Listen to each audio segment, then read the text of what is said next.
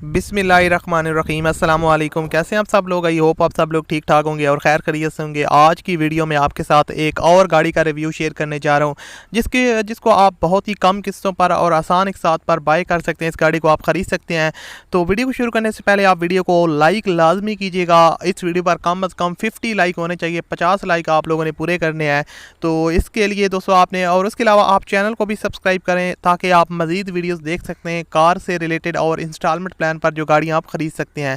So guys, अभी start करते हैं, आज की वीडियो की तरफ बढ़ते हैं। तो आज की जो गाड़ी आपके साथ शेयर करने जा रहा हूँ ये है सुजुकी कल्टस VXR, जो कि पाकिस्तान में बहुत ज़्यादा सेल होती है और इसकी काफ़ी ज़्यादा लोग डिमांड करते हैं।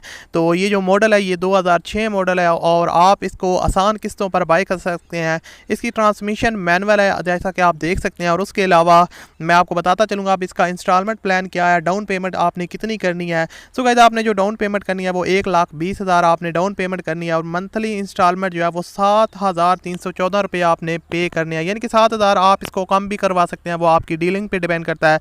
और आपका जो प्लान है वो 7 ईयर्स तक चलेगा। उसके अलावा नॉन बैंकिंग कंपनी है।